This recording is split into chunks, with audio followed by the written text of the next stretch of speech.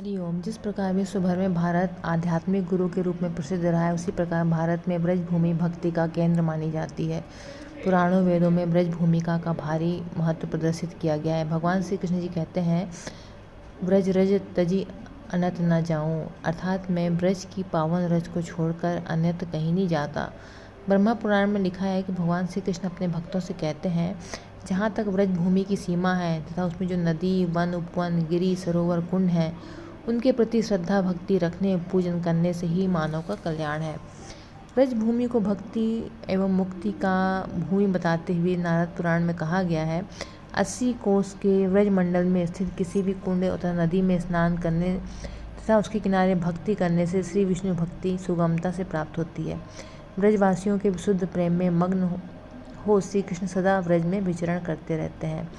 पद्म पुराण के पाताल खंड में लिखा है, सहस्त्र पंखुड़ियों से युक्त कमल का मध्य कोश वृंदावन है, उसके स्पर्श मात्र से पृथ्वी तीनों लोकों में धन्य हुई है। विविध धर्माचार्यों ने ब्रज महिमा का वर्णन किया है। आदि शंकराचार्य ने प्रार्थना की थी कि कब मेरा ऐसा भाग्य उदित होगा जब मैं श्री वृंदावन में यमुना के किनारे भगवान श्री कृष्ण की भक्ति में अपने दिन व्यतीत कर सकूँगा। श्री निमकाचार्य महाराज ने ब्रज वृंदावन की महिमा इन शब्दों में प्रकट की है कि श्री युगल सरकार के प्रेम रस से जिसका अभिषेक होता रहता है, जो रमणीय है, जहाँ के वृक्ष भी मनोवांछित वस्तु देने में समर्थ है, परम पावन यमुना के जल प्रवाह ने जिससे सब ओर से घेर रखा है, जहाँ का प्रत्येक जीव जंतु श्री ब्रजराज किशोरी की चरण रेणु कणिका से पवित्र है, उस वृंदावन का मैं प्रातः काल स्मरण करता हूँ। यद्यपि श्री रामानंदाचार्य भगवान श्री राम जी के उपासक थे, किंतु उन्होंने भी श्री वैष्णव मताब्ज भास्कर में ब्रज भूमि की महत्ता भाव विभोर होकर प्रकट की है। वे कहते हैं, श्री ब्रजधाम में निवास जीवों को सांसारिक संतापों से मुक्ति देने वाला, यहाँ पर गोप वेशधारी श्री नंदन नंदन का पूजन अर्चन और स्मरण करना चाहिए। ब्रज भूमि और ब्रज रज की पावनता का वर्णन वाणी से नहीं किया जा सकता।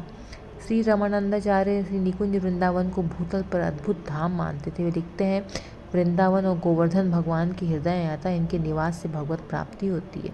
वल्लभाचार्य जी ने ब्रज भूमि को मुक्ति भूमि मानकर उसकी स्तुति की है। कामना कहते हैं कि उद्धव जी की तरह मेरा हृदय भी गोकुल एवं वृंदावन में रमा रहे।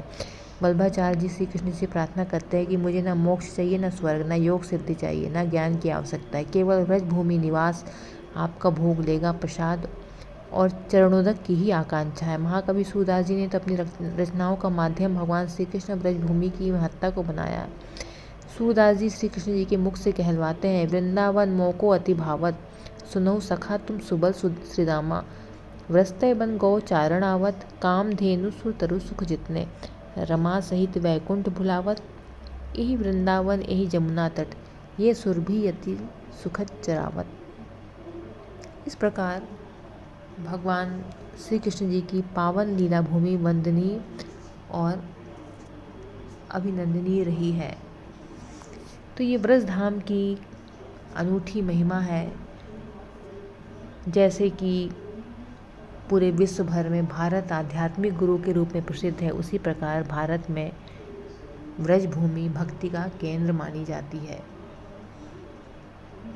और पुराणों और वेदों में ब्रज भूमिका का भारी महत्व बताया गया है।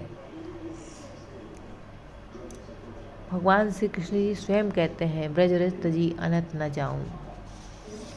यहीं पे पास में राधा कुंड है। राधा कुंड ब्रज के तीर्थों में राधा कुंड और श्याम कुंड बड़े महत्वपूर्ण तीर्थ माने जाते हैं। उनमें भी श्री राधा कुंड का सम्मान अधिक है। ऊर्ध्वाम न्यायतंत्र में लिखा है कि कंठ पर्यंत अथवा हृदय पर्यंत, नाभि पर्यंत और जंघा पर्यंत ही श्री राधा कुंड के जल में स्थित होकर जो साधक श्री राधा कृपा कटाक्ष स्तोत्र का पाठ करे तो उसकी वाणी समर्थ हो जाती है और उसे श्री स्वामिनी जी का भी साक्षात्कार हो जाता है। वे उस साधक पर संतुष्ट होकर ऐसा वर देती हैं जिससे उसे श्याम सुंदर के दर्शन प्राप्त होते हैं। तो ये है राधा कुंड का महत्व। तो ब्रज के तीर्थों में राधा